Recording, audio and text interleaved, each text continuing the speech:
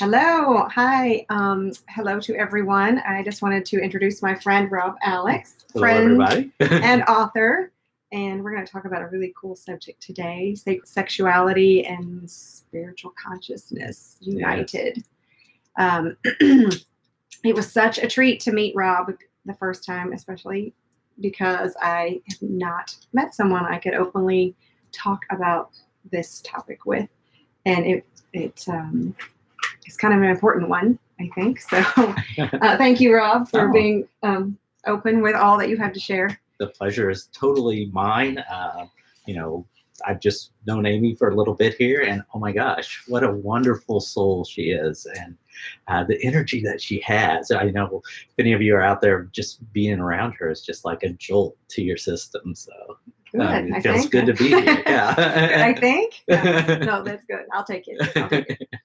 But it's just this last 4 or 5 years, all the spiritual awakening business has led me down so many paths. And I would say even having a discussion about sexuality would make me blush before. And so now I actually feel like I can have some groundedness when I talk about it. And again, the openness is so important. Yes, it is. And if we can't talk about it, then where do we go from there? Yeah, and it's funny because if you go back into ancient traditions, they were very open about it. There, all kinds of sexuality. And somewhere along the lines, we started going the other way, and we started putting it in a box and putting it on the shelf and not letting it out. And I think it's hurt our society in that sense. Yes, I agree. I feel like it's been misused, yes. both by definitely. The masculine and the feminine. And we're just now finding our footing again on wanting what we had originally back now. I'm not, Well, the good aspects, like you're saying, it has been misused. It's been used as a weapon. It's been used as, to belittle people, all kinds of things. And now, going back to those ancient traditions, you find that it was this enlightenment. It was amazing, this created life. So it was a joyous thing that, the sexuality and that you could be free and open, and you didn't have image problems and things like that we're dealing with nowadays. And you could just be who you were. And wouldn't it be great to get back there? Yes, absolutely. So one of the things you have talked to me about that I really appreciate is that it doesn't even have to be with two people, right. Sexuality. So the fact that sexual energy is both masculine and feminine, and the creation is the thing that comes from combining those two energies. Yes. Can you tell me a little bit more about that? Well, I think, there's an energy around everything. I mean, especially our sexuality, because if you break it down, it creates life. And we don't think about it in terms of humans just having sex, because that's can get people all giggly and everything. But there's all kinds of sex going on. Think about a bee pollinating a flower. That's sex. I mean, the creation of the universe, that was sex. It was this big explosion. No pun intended, but it was this big explosion that created the universe that we live in. Depending on how you believe, I'm not trying to sway anybody in that decision, but all this creativeness is sexuality. When you create a wonderful work of art, I'm looking around Amy's place here, she has some amazing pieces of artwork on the wall and stuff. And, that's all sexual energy. And that's all, a very different form than when we say sexual energy of what we really think about. It's this creative energy that's inside of us. Now, one thing that I like to tell everybody is sexual energy is very intelligent. It's super intelligent. It knows where it needs to go. But you can direct it too when you learn to, it's almost like the law of attraction in that you can direct it the way you want it to go. Because if you don't, it just goes where it feels it needs to go, because it's an intelligent energy. It's amazing energy too. I mean, how awesome does it just say sexual energy? It's lights me up. Okay, well, I want to know more about that. I guess you've talked about how did you put that it does your deeds for you, like a magical baby, or what did you call it? There's the Wiccan tradition that thinks that every time there's a sexual act created, there is a magical child created. Now, that can take the form of an infant, a baby that's conceived at that time. But if not, that energy goes somewhere else and creates this child. Now, and don't get set on it being a baby, but a child can be, a book you're writing. It can be a piece of artwork that you're working on. It can be dinner that you're making tonight, whatever. But it's that creative energy that allows you to go, I'm being me and I'm creating something amazing, and my sexual energy has led me here. Now, whenever you create something, think about that. Think about the sexual energy, whether you're, remodeling your house, or you're detailing your car, anything that you're doing creative wise, is related to your sexual energy. And so really embrace that and understand that. Then as you're more free with your sexuality and who you are, and if you have a partner, and the amazing intimacy you have between each other, if you're by yourself, the amazing intimacy you have with yourself, that all starts to feed into your big ball of sexual energy that you're creating, and that you can go to when you want and take little bits and pieces out of it and use that creative force to create amazing things in this world. The way I see it, I suppose, is like you. Trying to think where I want to go with that, but well, yeah, with anything, like with a book, or with I was going to say with dreams, and the whole a baby in a dream is creation, or sex in a dream. Actually, I think is what they say is when you dream of sex with someone, it is actually about creation. It has nothing to do with the physical representation, or not always. I'm sure sometimes it might, but for the most part, that's the interpretation of sex in a dream is Right. creation. So.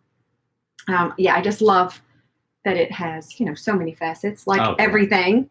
And it's been something that's so misunderstood. I remember being so intrigued by sexuality because, it's taken me a long road to get to where I feel really balanced and comfortable with my goddess nature, if you will. And I just had a lot of questions. I couldn't understand why there's so many bells and whistles, but there's really, most people were only using sex for the basic needs. I don't know.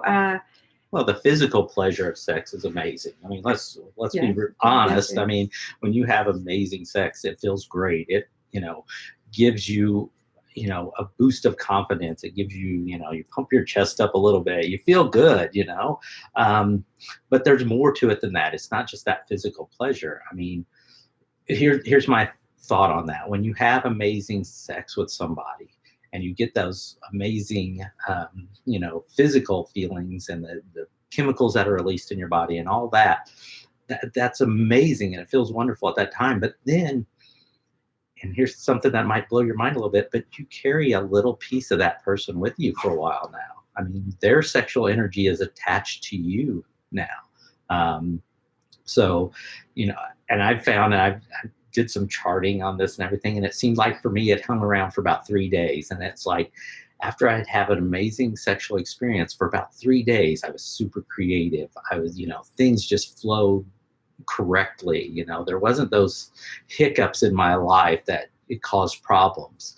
And then after about 3 days, I started coming back to where I was before. And so it was like this wave of energy that I could ride. So I knew, and I attribute it to, and this might sound weird to somebody out there, but collecting some of that sexual energy from that partner that is having this experience with. Now, don't worry, everybody has an abundant amount of sexual energy, in my opinion. It's not like you just have this little bit. If somebody takes some of it, you're like, oh no, what am I going to do? I'm losing all of it. Yeah, it's like love. You can make more of it. Yeah. Make love. It's just all, there's no limit to it. So don't worry about somebody taking it from you in that aspect. So that doesn't mean just go out and give it away freely wherever you want. If it's somebody that you care about, somebody that you love, you would want to share that with them. And I felt, and part of that connection is the connection as well that makes you feel confident, in my opinion, right? Like that you got somebody, I think, that's got your back, or that you're partnered with. I think it's an emotional, energetic, it's obviously another multifaceted kind of experience. I read in some of my search, I was reading the autobiography of a yogi, and if I recall, it said that his parents had sex 8 times to procreate 8 children, and that was it. And I'm like, well, I don't think that's all that's about. Right. But the story also said that there's the Adam and Eve story was part of why they believed in this. But the tree in paradise that Eve ate the apple from, their representation was that the head was the trunk of the tree, and the limbs and branches and everything were the body, and the fruit was the sex. And Eve partook of the sex, and this was what created the good and the evil, I guess, the good and the bad, whatever. Still, I'm so fascinated with, again, where this all started. When did this all get bent out of shape and it's lost its true expression? Because there's so much goodness in it. And there's so much fear around the topic. There's so much, embarrassment or confusion, I think, about it. Yeah, the amazing pleasure that you can have, the amazing things you can create with it, like all of these things. And I think we talked about Lilith and Eve, and I'm still untangling this piece. Yes. That was popping in my head as you were saying that. So from what I've heard, and I just keep exploring this as well, is that Lilith was Adam's first wife, and she wanted to be on top and walk next to him, and he wasn't having it. And so he had God create him another woman, which was Eve. And I just didn't sit with me when I heard it that way. So you go ahead and tell me because your version of it really makes me more aligned. And now I'm going to have to remember what exactly I know you're like, I'll remind you of my favorite. But, I think Lilith and Adam had a better relationship. And I think that Eve came along, and I just preface this because I don't, take the Bible for word like this actually all happened and these are all people, but I think they're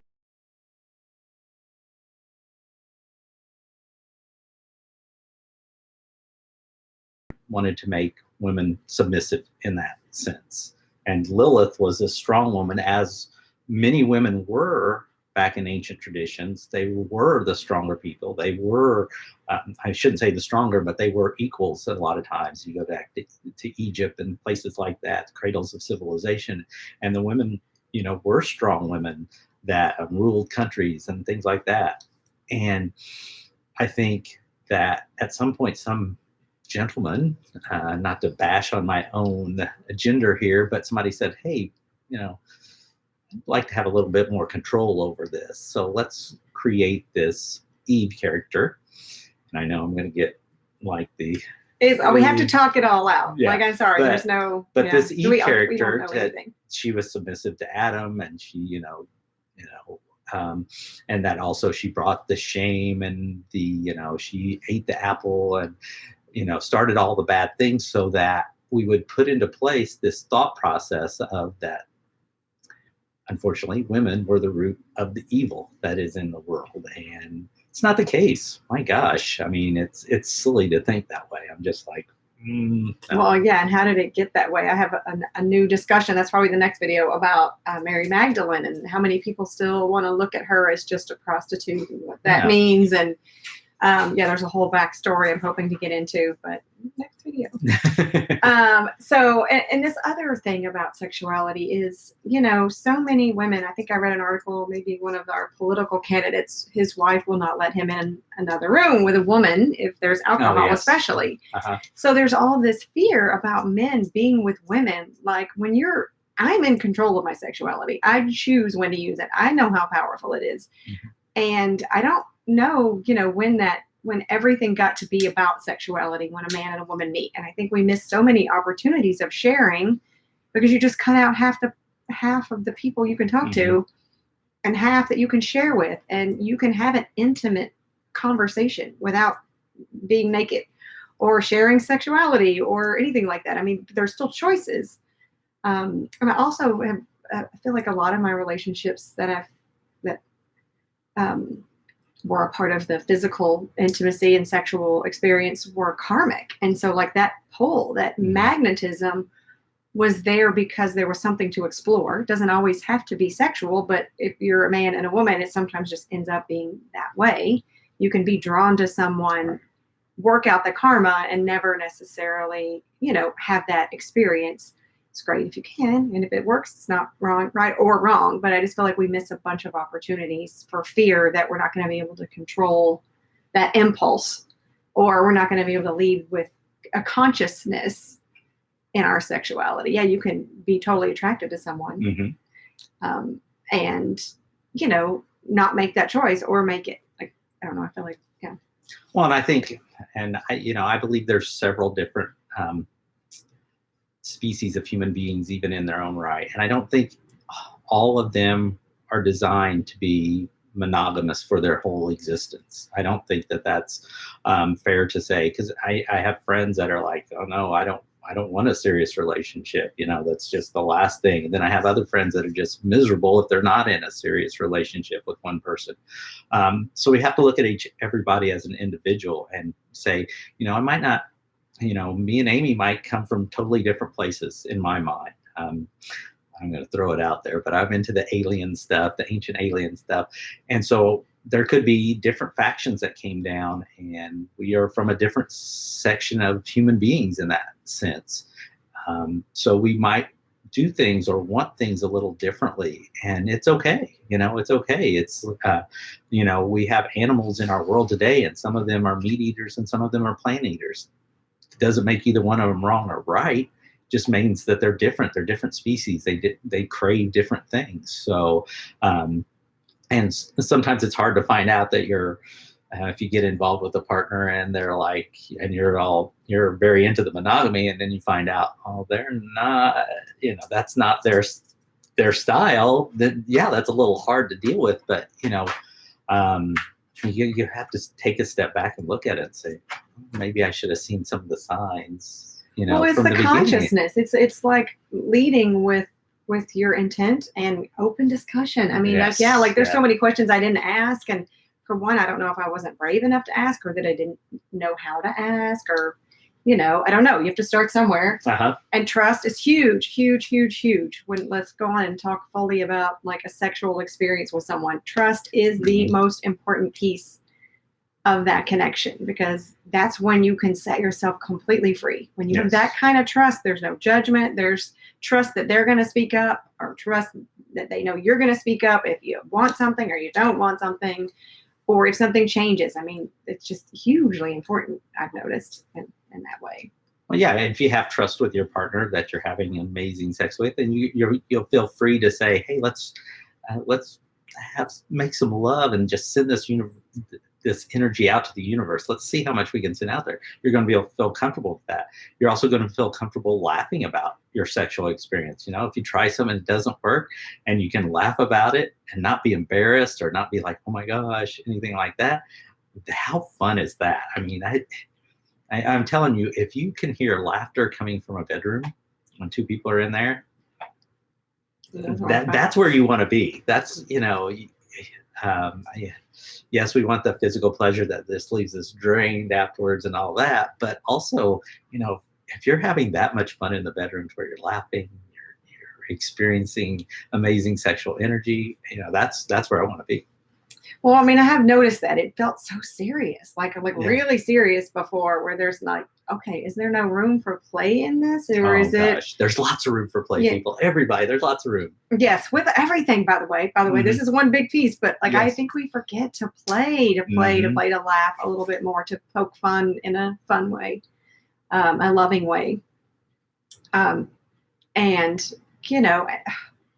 this is what's I'll say tricky. How much time does it take to build trust too? But trusting yourself is also another piece, a huge piece. Yeah. Trusting yourself first, trusting your intuition on, just trusting everything pretty much. Okay, let me see what else. Oh, okay. You have several books, and we're going to be sure and list those at the end. But there was something you talked about that I thought was fantastic.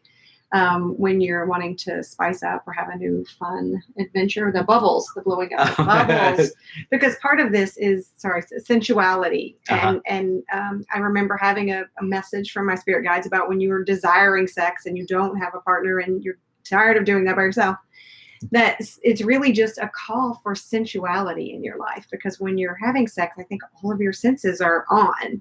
It's touch, it's smell, it's scent, it's it's all of them. It's seeing, it's really being present in that moment. And so it's really just a call in for sensuality. And that's when you bring in your Yeah, this is this was actually what I called an intimate adventure. It wasn't one of the sexy challenges that are right, but it was an intimate adventure where um, you would take turns as partners, just getting some bubbles, or if you can get one of those bubble machines, I think that would be exciting too, to where you could both lay and enjoy it. But you'd take turns blowing bubbles all over each other. Just lay naked on the bed, just strip everything bare, lay naked on the bed, and allow the bubbles, whether your partner's blowing them or if you have one of those machines that blows them, and just let the bubbles come down and pop on your naked body. And think of each little pop of a bubble as being an orgasm. Just a little pop here and a pop there. And I'm telling you, it's really quite invigorating, the feeling that it gives you. And if you can just relax and just see how many of those you can feel. It's very sensual, very exciting. And it's not really, you think about it, it's not really sexual. I mean, you can both do that. You don't even have to touch. You don't have to kiss. Just lay there and enjoy that and see where it takes you. See where it lifts your spirit. See how it makes you feel. Might turn into something a lot more, or it might just be like, oh my gosh, that was so refreshing, almost like a massage in that sense. So I'd suggest everybody try it. Yeah, and noticing where they land on your body, like it really does pull. Seems like it would pull. If I try to pull it into your senses. Another thing about this that reminds me of is this. In the past, there's been situations, and no judgment or anything, but where it's just all about completion. Oh my gosh! and there was no like, people joke all the time about like, oh, 5 minutes, you got 5 minutes. I'm like, no, I don't have 5 minutes. I have an hour. But it's so much more fun. It's so much more intimate. It's so much more, enjoyable for both people because to take the time. It's okay if it's 5 minutes and that works for everybody. But there are those times where I feel like, yeah, it's not just about the orgasm and that's it. I mean, if that's your ultimate goal with sexual experience with a wonderful and amazing partner is to get to that point, you're missing so much that happens in between. So much touch, so much eye contact, so much, listening to each other's breath, noticing the feelings, the little tingles you get, experiencing the erogenous zones that are on your partner's body. And that's always fun to try to figure out where your partner's erogenous zones are, because they might not be in the typical places for everybody. But all that stuff you're missing if you're just trying to get to that end goal.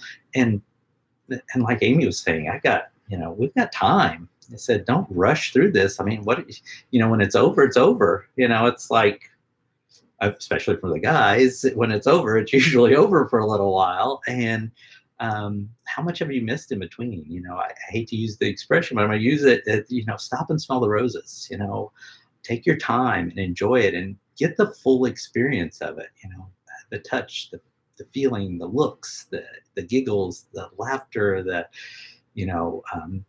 highs and lows of it. I mean, just like with everything, there's parts of your sexual experience that are really like, oh my gosh, I'm almost there. And then you can hit those lows where it's like, okay, I'm going to work on taking my partner to that place. And, take your time, enjoy it. It's, yes, if you need a quickie and that's what that might be fun for, 1 or 2 times, just have a quickie here or there.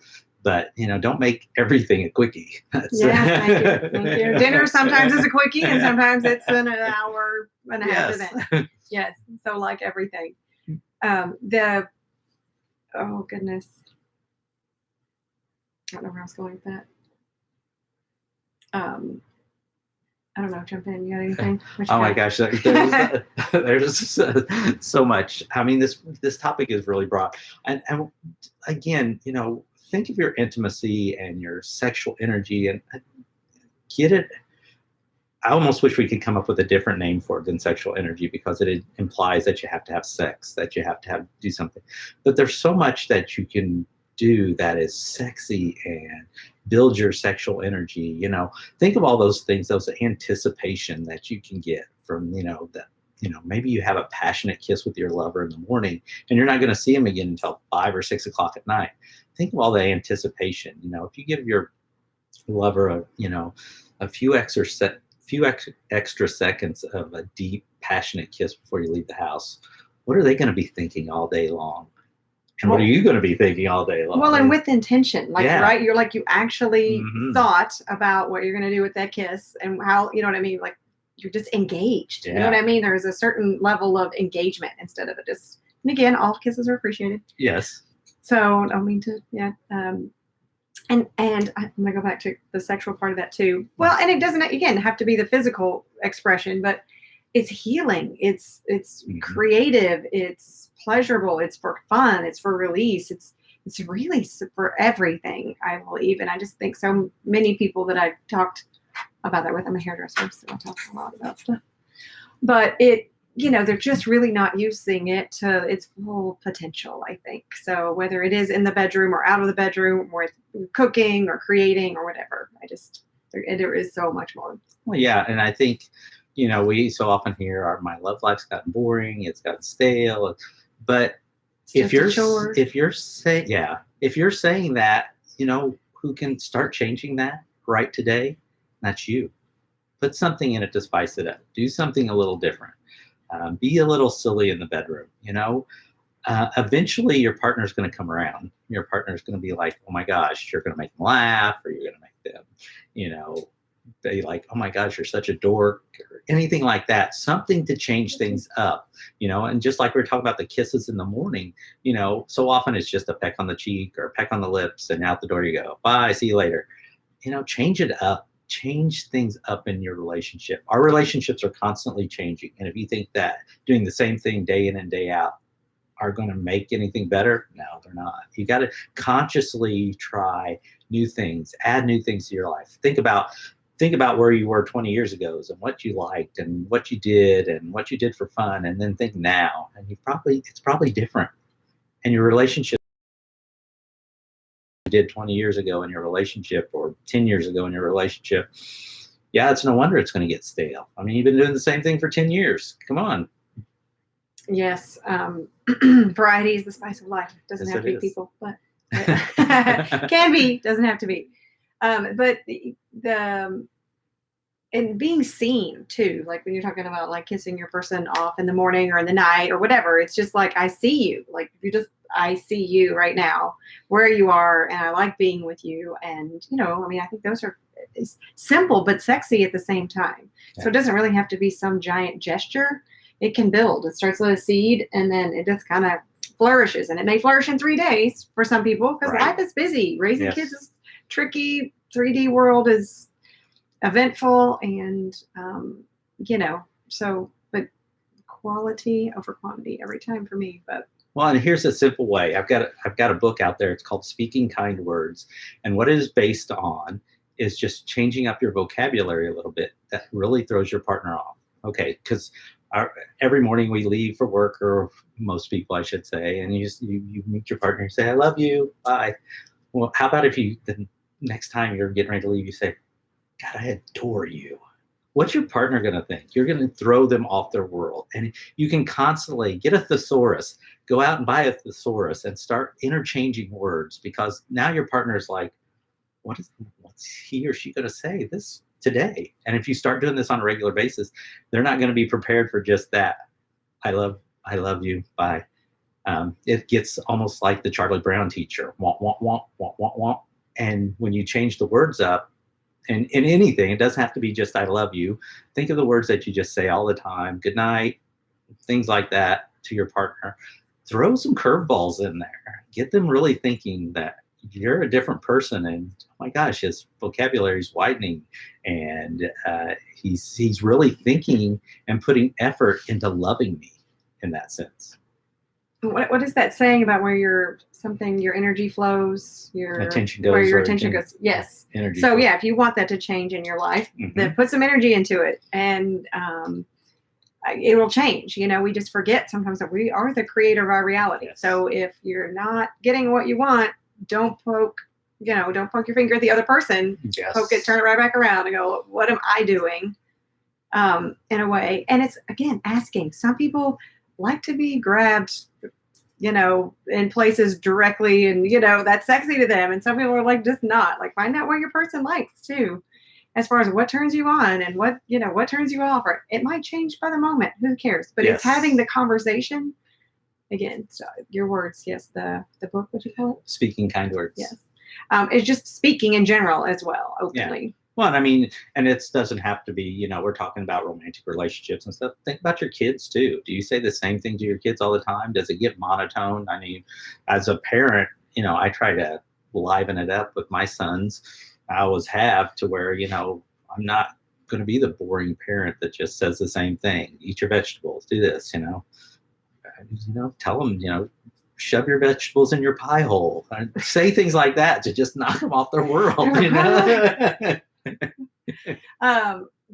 Yes, and I love that you brought up children, because you got to talk to your kids about some of this stuff too, by the way. Yes. And how much better are they going to be when they have a clearer understanding than we did? I fumbled through all this for most of my life, but I try to tell my kids that sex is like hitting. You want to hit, but you choose not to, until it's time to hit.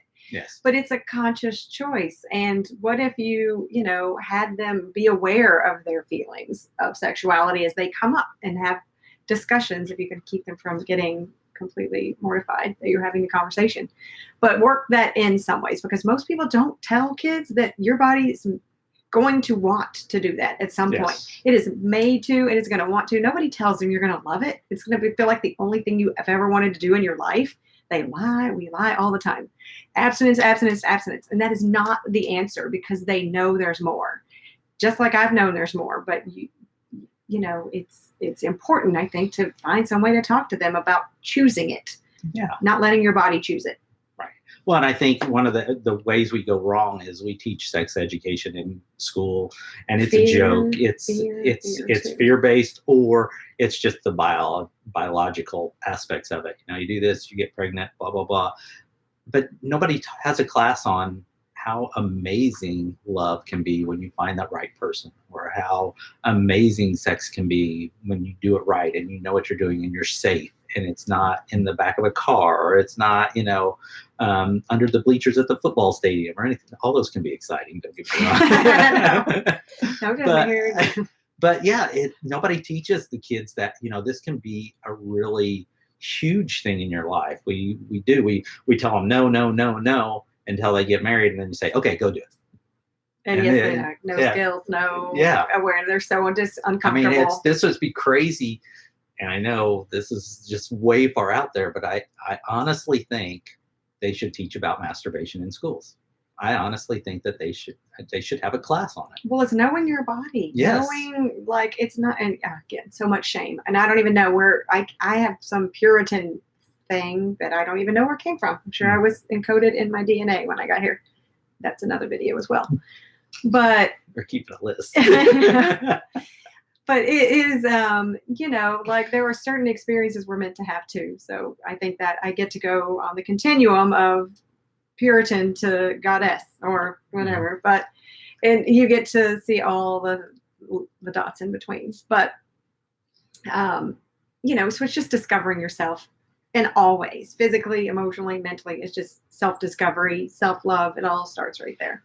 Yeah, because you don't know, just in your life in general, you don't know what you like until you try something. And think about the first time you had an orgasm, especially for young men, the first time they've ejaculated or had an orgasm. You don't know what it feels like the first time.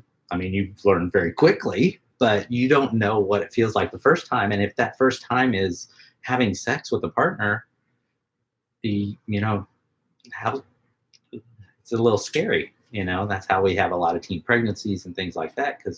And if all the teenagers are just talking to the teenagers, and I mean, and it doesn't have to be your parent, I suppose, having a place where kids can actually openly come and have their questions, their age questions. They're not going to be adult sounding questions. So you have to meet them at that level. And there's a great website out there for young people if they have sexual questions. It's called scarletteen.com, and you can go check that out. And they give a lot of answers, and it is younger adults and young uh, high school age kids, so they can have the questions, and they can, there's a lot of questions already on there that they probably had, and they're answered, and then they can ask their own. So you can check that out if you have those teens that are curious but they're afraid to ask. Just give them the website.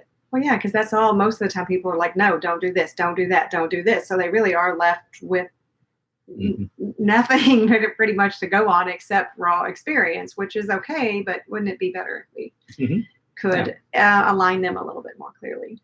Definitely. So I love that. Tell me the name of that again. ScarletTeen.com. Okay, y'all write that down. Pass it on. Is there anything else you want to talk about? Oh my God. I don't know how long we have. I know. I want to see. I wrote a list here. We got a lot of those. Oh, let's talk about porn. Oh, porn. Okay, I'm going to tell you a little story. My sexual education growing up all came from watching my friends. We found his dad's stash of porn, and that's how we learned about sex. I mean, there was no talk from my parents or anything like that. I think they gave me a book at one time. Here, you might want to know this.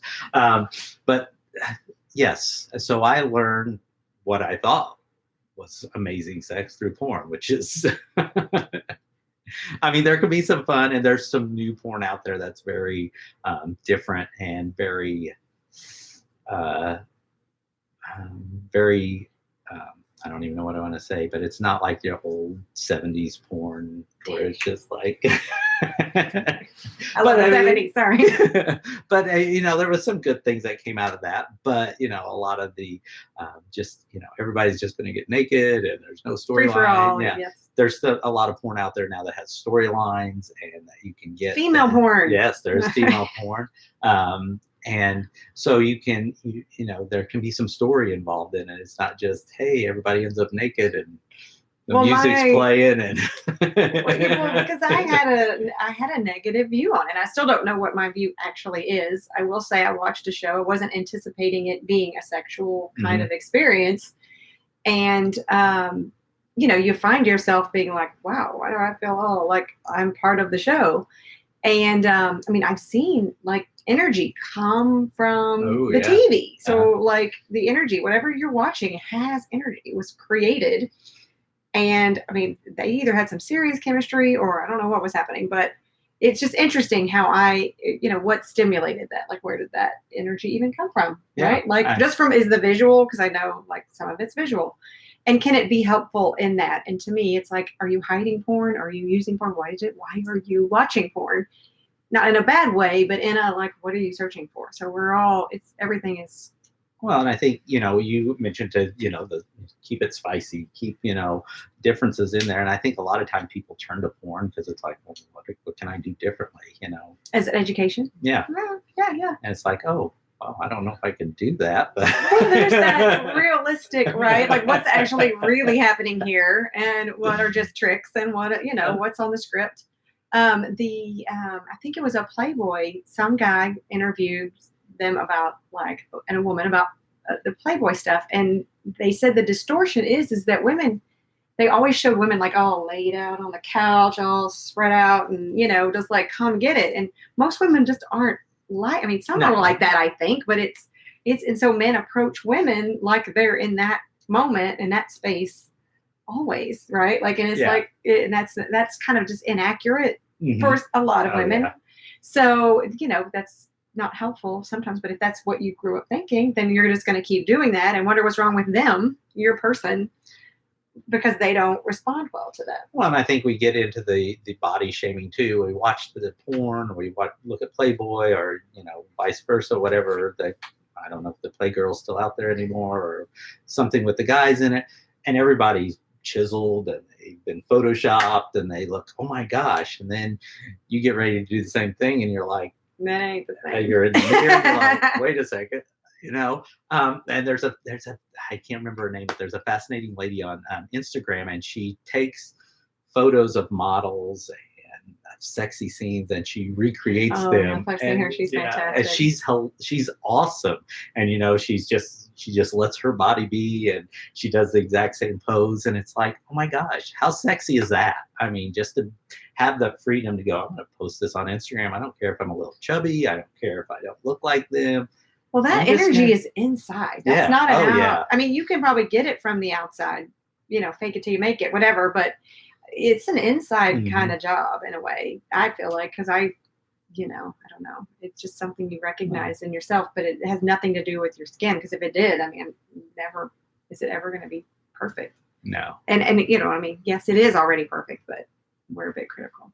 Yes, we are. We're because if you go back into Roman times, Julius Caesar's time, it was considered that you were very wealthy and very well-to-do if you were heavy, because you had enough food to eat and you were eating more than your share. So you were looked upon as a very attractive person in that sense. So not like today where everybody has to be as thin as possible, and just the guys have to have muscles upon muscles upon muscles. And it's funny because I got to meet a gentleman that was he's been on the cover of Men's Fitness the most times, and he's always got his shirt off. And I met him, and he's a nice looking guy. He's a big guy. He's like 6'5", he spoke to a group I was at, and he said, for each one of those shoots, he would have to go 5 days without eating to look like that, because he said it's just not natural to have the whole ripped abs and everything. So he would literally go 5 days without eating before a photo shoot, so that he could get that desired effect that they wanted on the cover of the magazine. And how many of us can go 5 days without eating? No, I don't want to do that. I can barely go breakfast without eating. But it's being comfortable in your own skin, and you get there when you get there. By the way, it's something that is a curiosity. It's a curiosity from your partner and from yourself. Like, I remember at some point I didn't have my sexuality on hand. I didn't know anything about it hardly, but it's a discovery that you make, and you can go along your partner with that if you like the person and you're interested. Because again, I can't imagine competing with the porn stars. I mean, I don't know how to put on a show, first of all. So, like, if I have a show, I mean, I do have a show, but it's I'm not going to swing from the chandeliers to entertain you. But if I feel like it, I might. But that's all I'm saying. But I mean, it's just like how much of that is, again, scripted or whatever. How much of it is an authentic that you just feel like moving into. But and you think too, I mean, even in that aspect, they have makeup artists that come in and do their makeup. They have the lighting just right.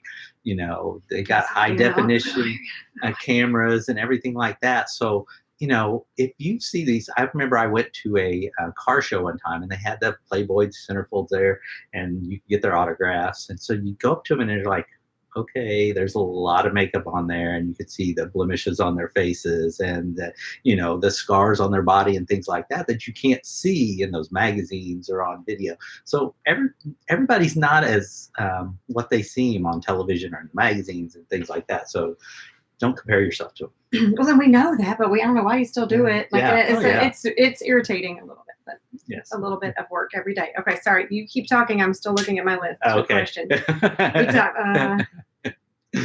I'm still floored by your show. I'm sorry. It's a good show.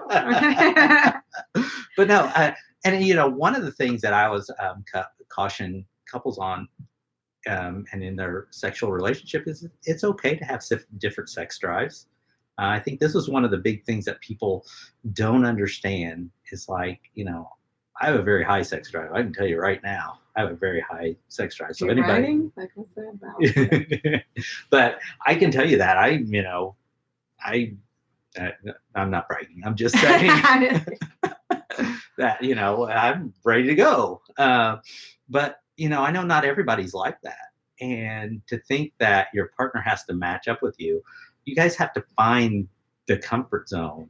There's a lot of other things you can do besides just have your normal, what you consider sex. I mean, there's a lot of play things you can do that can be very satisfying for one partner, and allow the other partner to go, I'm not quite in the mood for that tonight. And is that okay too, right? Like, it has to be okay. Like, oh, okay, cool. It's not a button we can push. Right. Yeah. It's just male or female, because true. Both sides. Because there's some women out there that they have very high sex drives, and like I said earlier, us guys, we can't just rejuvenate as quickly as the ladies can. And Damn shame. it is a damn shame. But, so it's like you have to be creative and, work. And this is one thing I tell the guys all the time is work on pleasuring your partner and take pleasure in that. Your female partner, you take pleasure in giving her pleasure because that's what's going to keep your relationship healthy and strong and your sex life going great is because,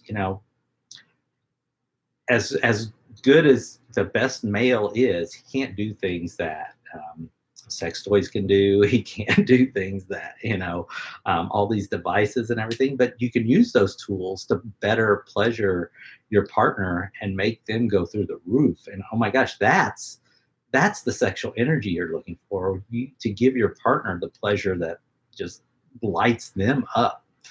We so often hear the guy, oh, he lasted 2 minutes, and the wife rolls over and she's disappointed and just, whatever, I guess maybe next time, whatever. But, if you take the extra time and make your female partner have an amazing time in the bedroom, things really start to light up in your life because it's just, you're making them happy. And that's to me, the major part of a relationship is making your partner happy and allowing them to have, the freedom to express themselves and give them that pleasure that they deserve. I mean, I want pleasure. I think I deserve pleasure, but my partner deserves that also. Well, you give to, and what you give, you receive, kind Yes. of, right, too. Mhm. So, like, and that's the beauty of a really balanced relationship. I think there is that balanced giving and receiving. Yes. And it's like whatever, like if I take pleasure in giving, then I'm going to, and then they take pleasure in receiving, then that just flips, and then everybody's happy. But I will say, I mean, I've been stuck in, where, and I think this is the question people don't ask, is that when the intimate relationship goes bad, that's the first people will complain about. And it might not have anything to do with that in a way. So you kind of got to go back a little bit and really get, and again, it's all about discussion too, but, it's what you want. Like it's what do you want out of your relationship, and then not blaming the other person, and coming back to yourself and your relationship. Like it's that coming back together. Yeah. And sometimes it's just those intimate discussions that will open up. I mean, somebody being vulnerable is more sexy to me than someone not. Yeah, and I think as a lot of things, I think people don't think that's sexy, right, men especially. But I mean, if you're having problems in your sexual life and you're, needing help or whatever, 99.9% of the couples out there, the answer is not just having sex. I mean, you've got to start back up, and like Amy was saying, conversation and opening up and telling your partner what you like, what you dislike, and having those frank conversations. Because I can tell you, for me, the best foreplay is conversation. Having a great conversation doesn't have to be about sex, it can be about anything, but to where I'm getting that person's opinion and they're expressing themselves, their true selves to me, and I'm allowed to express my true self to them. That is really sexy to me. That is like, well, because you just removed the block. Yeah. Like, and all of a sudden you're like, oh wow, thank yeah. you for hearing that. Now let's go have sex. Yeah. But I mean, not always, but sometimes. Well, and being a hairdresser, I get some scoops sometimes, but I get a lot of women who tell me that, like, oh, my husband likes my hair better like this, or my husband doesn't like that. And I probably get triggered a little bit. So I apologize to my clients if I've always seemed a little bossy about this. But it's a little bit about, like, what do you like? I mean, when you feel like the goddess, they're going to get what they want. Like, but if you're so worried about how you think you look to them, you've just removed, you know what I mean? It's like now they're in charge of your sexuality. You're not in charge of it. And I don't want to be in charge of my person's sexuality. If I'm the one that turns them on, I'm the one that turns them off. So if that is that's mine to own, that's yours to own. And man, that's empowering. It really is. Just like, so what, in a healthy relationship, I'm hoping they're like, what makes you feel like a goddess? Do that, because that's where they're going to get the benefit. Yeah. And vice versa. Yeah, I totally love that. I'm glad you shared that because I was like, wow, I didn't even think about that. But Well, yeah, like I don't want to like. you give it away. You give away your control, and it's like that was powerful. I appreciate you saying You're that. welcome. I'm good for some things. I'm good for a lot of things. But yeah, I just again having this open, candid discussion about this thing that's so hush hush in so many. I mean, I can't. I mean, even saying self love like triggered me. Not triggered me, but I'm like, oh my gosh, I'm gonna say self love, and then everybody's gonna think about masturbation, and I'm like. And so, yeah, that's cool. But sometimes, like, you know what I mean? Like, can we talk about it without everything being turned to sexual? Right. Because you don't get anywhere sometimes. You're just like, okay, I roll. I guess we'll move on and I'll say something else, and which will also get taken as sexual.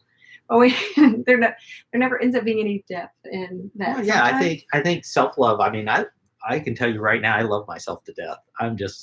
I'm all about me. I mean, I love myself, but that doesn't mean I don't have enough love to share with other people, my kids, anybody I'm in an intimate relationship with, friends. I've got enough love to go around, but I've got a lot of love for myself, and I think that comes through when you do love yourself, and you take care of yourself, and you make sure that you're getting what you need. That comes across as sexy too. I mean, that comes across. Nobody. If you're all huddled down and you're not loving yourself and you're feeling bad about yourself, that takes away from your sexy quotient in my book because you're not standing tall, you're not owning yourself. So it's hard. And so what you're going to bring into your life at that point is somebody that's going to feed off of that, off of your depression, off of your not feeling you're good enough, those type of things. And they're going to take it the wrong way that you want to. You want to find somebody that's going to light you up and make you feel good about yourself. And that's what I say. So I love myself. I love myself too. Okay. So we both love ourselves. Look at the energy that's on the video right now. Yes, it's like the fantastic. Smiles that are here and everything. It's because we love ourselves, and and we're both comfortable saying that.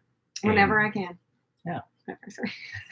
Send yourself a message. Send yourself a text message. Hey, I love you. I love you. Yes. Well, and that's weird. I didn't know. Like, I've learned all these weird things about self-love that I had no idea that, like, sometimes saying no is self-love. Yeah. Sometimes just putting lotion on your skin is self-love. Sometimes, taking a nap or, I don't know, the craziest things that I thought it would look like. When people would say that, well, you got to love yourself first. I'm like, what does that even mean? And, it's a million different things. It's a unique experience. So whatever that looks like for you, I'd highly suggest it. Well, and here's an interesting. I went through a divorce one time, and How many times? Okay, twice. I've been through twice. But all right, we're at peace. Yeah. But I was just distraught, and I went to a counselor because somebody suggested I do that. And the best advice I got for them was they said, "I want you to go to a movie." I said, "Okay, whatever. I want you to go by yourself." I was like, okay, that's weird. I never went to the movies by myself. So I want you to go to the movies by yourself. I want you to pick the kind of movie you like, get the snacks that you like. I don't want you to ask anybody, what they want or anything like that. I just want you to sit and enjoy yourself. And I'm telling you, even though I thought it was really weird at first, it was some of the best advice I ever got. I mean, it really hit home when I'm sitting there and I go to the movie and I'm like, I want this candy. And I usually, share with somebody and I don't get what I want 100%. I'm getting what I want this time. It was so freeing to be able to just say, this is what I want. And now when you can do that, when you find that person that you can do that with and say, no, I want this candy when you go to the movie and, still have your self-love and still be able to give them love, that's where it really starts to blossom. You're an Aries, though, aren't you? No, I'm a Taurus. Taurus, that's right. Taurus. Sorry, that's much easier for a Taurus than a Gemini. Just saying. I want this and this. So how do I pick? Like, I want both of them. So you get both. Yes, I should get both. Yes. You're right. You get both. Don't pick. I know. That's why I was like, I can't pick. How am I supposed to pick? Everything is great. That's hard for direct. It's harder to get one place when you're picking both things, but it's still fun. Anyway. This is why I love this. This is great conversation. So I hope you guys are Yes. enjoying it as much as we are. You can. The conversation is so sexy. I mean, and I don't want anybody to take this wrong, but this is a sexy conversation we're having today. But and you can have that with your friends, and just sit down, go get a couple bottles of wine, and just have an open discussion around a table. It's so amazing. I love the game Cards Against Humanity, and part of it is because it really opens up people. Oh yeah, there's some crazy ass questions in that. And you get to really see, get into the minds of people, because when they explain their answer, and it's fascinating to me. It's like, where did that come from? And then they tell you, and it's like, oh my gosh, that's so awesome. And That's you get like another good video. Yeah, and you get another glimpse into your friends or your partner or your whatever. Even if it's your kids, if you're playing with them, depending on your age of your kids, that might be a little weird. I go back to apples to apples. Explain some things to them. But apples to apples is the PG version of that, or the G version. Well, it was funny. My oldest son just graduated from college. He's going on for his master's degree. He's super proud of him. But I went out and hung out with his friends in Florida, and all these college students, and me. It was weird. I was the old dude, which I've never been that before. But the conversation came up about sexuality, and had a couple of glasses of wine. So I was like, at first, I always try to be respectful of my son and not go into detail, but somebody brought the conversation up, so I started sharing information with him, and I had a whole group of kids.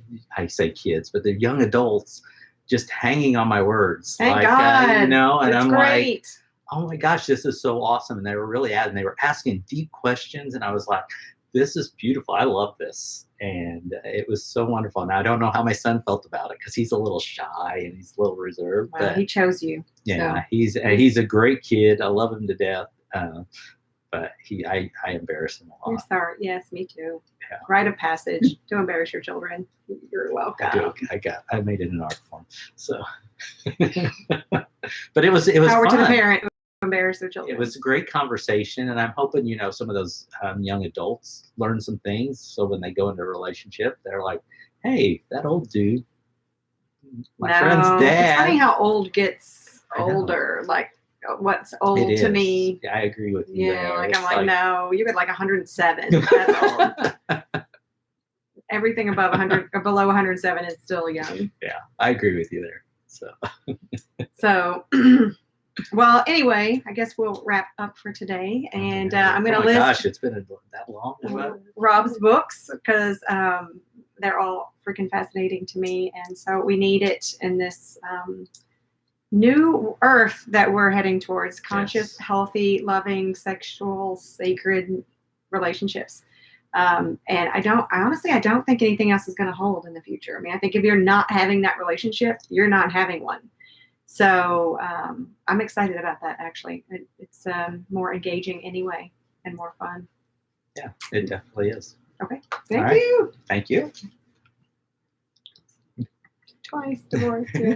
Okay. Yay! That was awesome. Was that good? Okay, oh good. Oh my gosh, it went so fast too. It's like, oh my God, it's been an hour. Holy cow. Well, it's you should end stream. Yes.